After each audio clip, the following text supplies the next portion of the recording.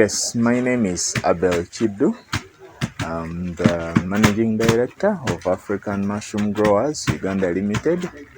We are located in Makindye along Vuma Road in Makindye Municipality. Our farm here is the substrate process. It is the first step in making the mushrooms. Before you can produce mushrooms, you need to make sure that you have the right substrate. And the material for substrate we use is cotton husks. So this is where we process it from. The first step, we soak the cotton husks. We usually soak it for about 12 hours. Now, once we bring the cotton husks, we soak it, and after soaking it for those 12 hours, we scoop it out and put it here.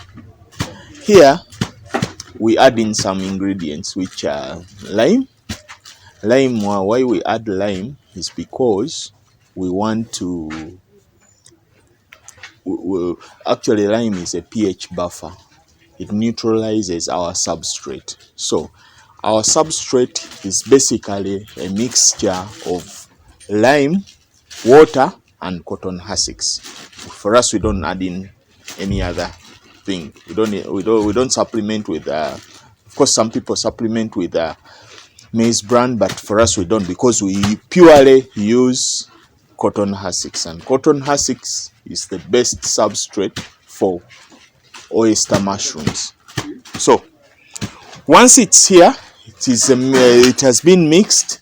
We cover it and for about 3 days for it to break down. After the 3 days, we mix it again and then start packing it. We pack our gardens. We pack it into these packs, which we call the gardens.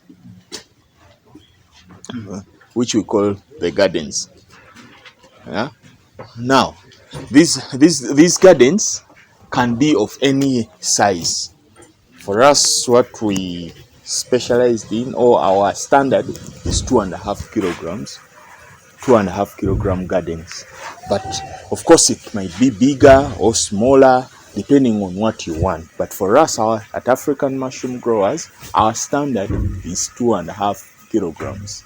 So after we have packed it, that's when we take it for steaming. The reason why we steam them, we want to kill any microorganism that might be present in the substrate. Because before we spawn it, or before we put our mushroom seeds, we need to make sure that our substrate is sterile. So, but what is important at this stage is to make sure that we have the right mix of the substrate, and we use the correct or the best substrate, which is cotton husks, and we usually mix lime in a ratio of 1 to 100. In every 100 kilograms of cotton husks, we put in 1 kilogram of lime. Also, we need to make sure that our cotton husks is well drained. It is not waterlogged, because once it is waterlogged, that means you have not got it in the right place. I mean, we need to make sure that the first process, we do it well. Once we miss it, or we miss anything, that means whatever we shall do afterwards might not come out well. Remember, mushroom growing or mushroom production is a science, and every bit we need to know the how and the why of every process. So, like I told you, from here we are going to steam. Cotton husks is the best substrate for oyster mushrooms, but there are also other substrates which can be used to grow oyster mushrooms. Of course, cotton husks has the best or the highest biological efficiency, but we can also use sugarcane bagasse, wheat straw, wood shelvings, rice straw, and so many agricultural wastes. So most of the agricultural wastes can be used to grow mushrooms. But the only thing why we stick to cotton hussks is because it contains or it has the highest biological efficiency. There are no big challenges, but what they have to do, what farmers need to know, is to stick to the right formula and to produce, mushrooms. If you want to produce mushrooms consistently, that means you need to do every process consistently. Whatever you did, you need to stick on the right formula. So what I urge farmers to do is to always first seek professional knowledge in mushroom growing, or they get good knowledge and good understanding of the process of making mushrooms before they can before they can venture into this industry. So you have to stick to the right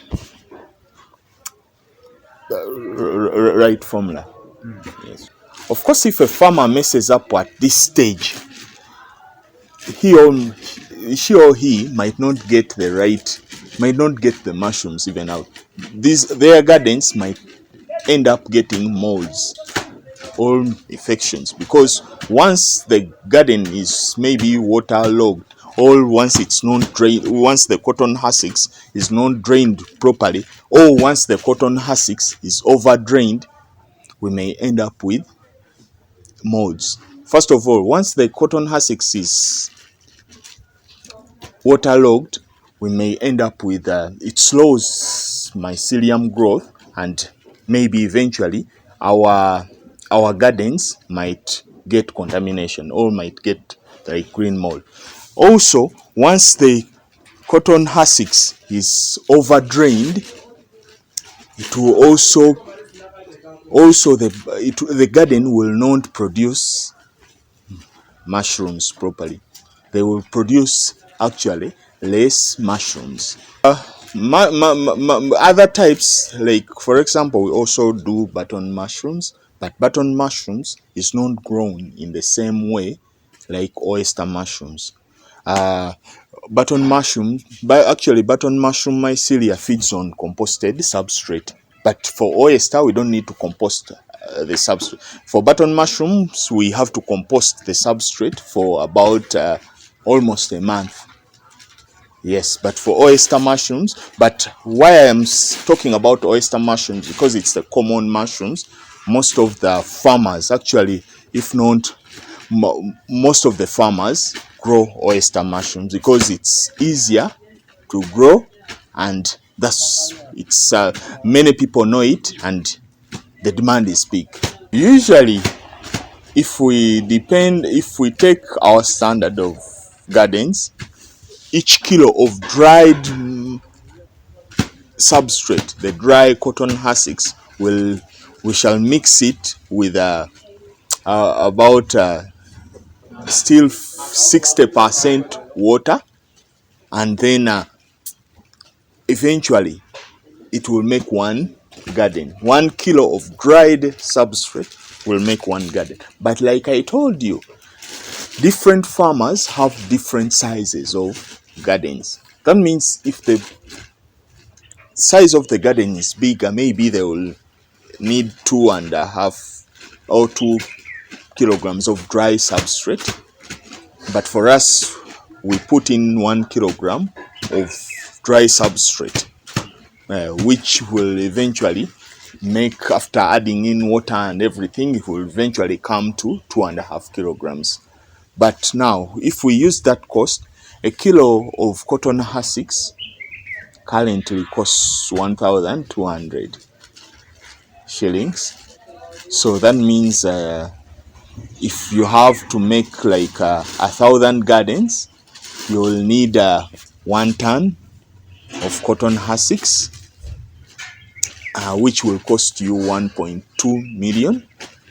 And then you add on other things like the polythene bags which we pack in. But if you want to make such kinds of gardens this size, you'll need like 1 ton of cotton hussks. Currently, we don't have an alternative. We have to pack in polythene. Currently, there is no alternative because world over, still they pack in, even in countries which have done a lot of research, like in Europe, still they pack in polythene bags. Well, this process of making the gardens requires actually expert knowledge. Two, it requires also some investment in the land. Some people don't have big chunks of land where to do the substrate from, where to steam from, but they can just have like maybe a 20 by 20 feet area where they can grow mushrooms from. So at African Mushroom Growers, we prepare gardens for farmers, which we sell at 3,000 each. But these gardens are colonized. Once we give them to you, they spend up between 3 to 7 days, then they start fruiting. Yes, so if you are there and you're a farmer and you don't want to go through the hustle and bustle of making for yourself gardens, you can come at African Mushroom Growers and buy already made gardens. They are readily available. We also offer trainings for farmers every Wednesdays and Saturdays. Our farm is open for people, for farmers, different farmers. They come and we give them expert knowledge and training in mushroom growing.